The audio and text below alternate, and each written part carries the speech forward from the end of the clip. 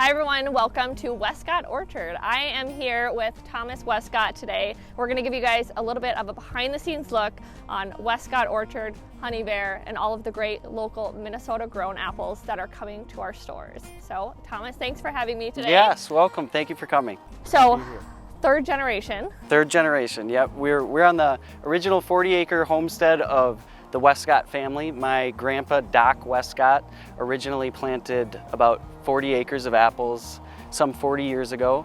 When my dad graduated college, he got involved in the commercialization and marketing of the local apple crop, and now here I am, third generation. I help run the business. So, like I said, you guys have some of your orchard here, yes, right? But talk a little bit about the local growers that you guys are supporting. And Sure. So one of the things that my dad quickly realized was that it isn't sustainable to service a retail partner with a local family farm. So what we did with the facility here in the Mississippi Valley Fruit Company was work together with about 20 or 25 local family orchards similar to this to help give us scale and marketability to the local apple crop. And it's all local. So we said Minnesota, a little bit of eastern Wisconsin there. The Mississippi River Valley Fruit Company is the name of it, and it gets its name because almost all the orchards are on the east and west side of the Mississippi River. So that group of local growers all bring their bins of harvested apples to this facility where we run the fruit and package it and then sell it to our different retail partners in the region. All right, and we know that so many of our consumers are worried about sustainability and wanting to know not only where their food comes from, but how is it produced. So can you talk a little bit about the sustainability efforts that you guys have going on? So sustainability and being stewards of the land has always been really important to our family and the business.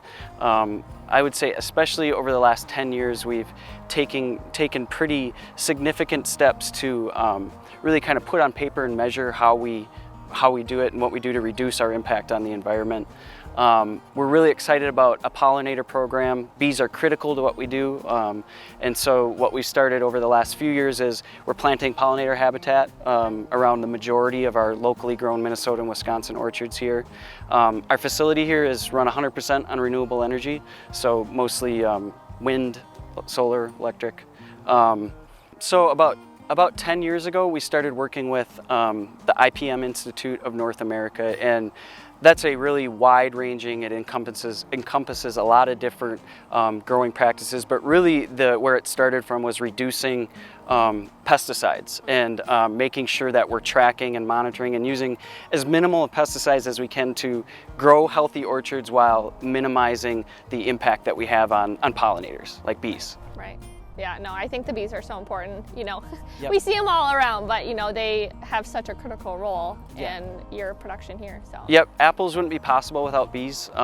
Apples are a cross-pollinated tree fruit, meaning that in the spring when apples are budding, we need bees or some other pollinator to fly from flower to flower because the pollen from the same flower can't produce a seed that will make an apple. So we've spent a lot of time in the last 10 years trying to make sure that we're farming in a manner that promotes pollinator health and reduces our carbon footprint and other negative environmental effects.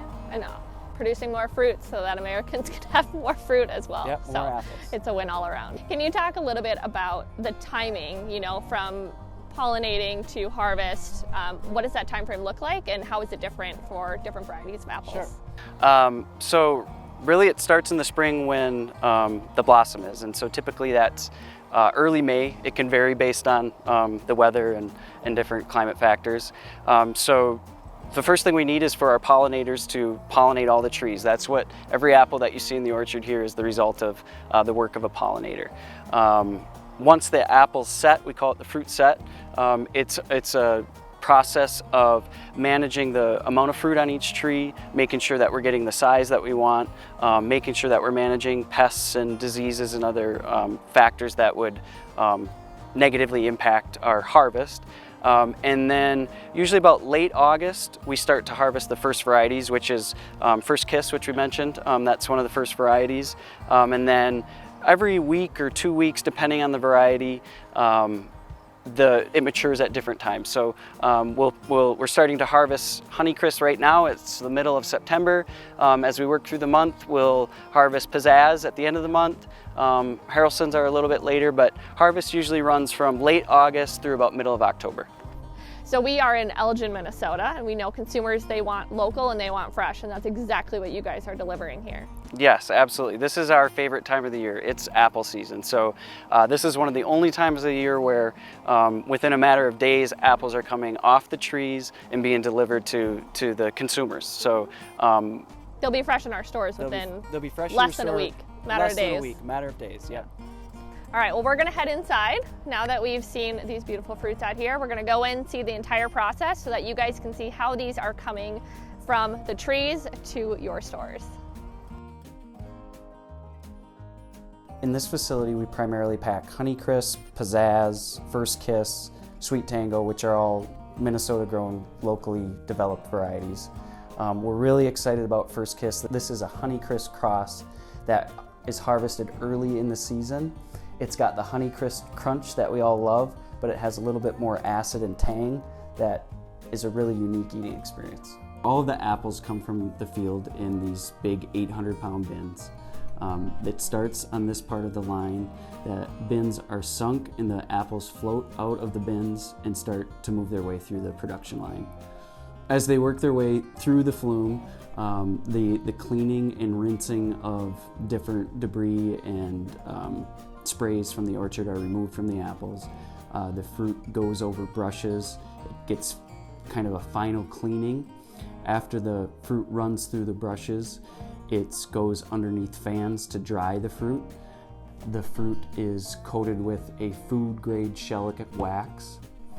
The wax helps maintain freshness and retain moisture in the fruit, as well as gives it a nice shine that makes it look pretty on the store deck. After the wax is applied, the fruit goes through a dryer. This is really finishes the process on what we call the wet side of the production line. Once the fruit comes out of the dryer, it's ready to be sorted and packaged. The first process will be to go under the camera that we saw. That camera does everything from scan the internal components of the fruit, so it'll detect any defects such as decay or internal browning or anything that we can't see from the outside.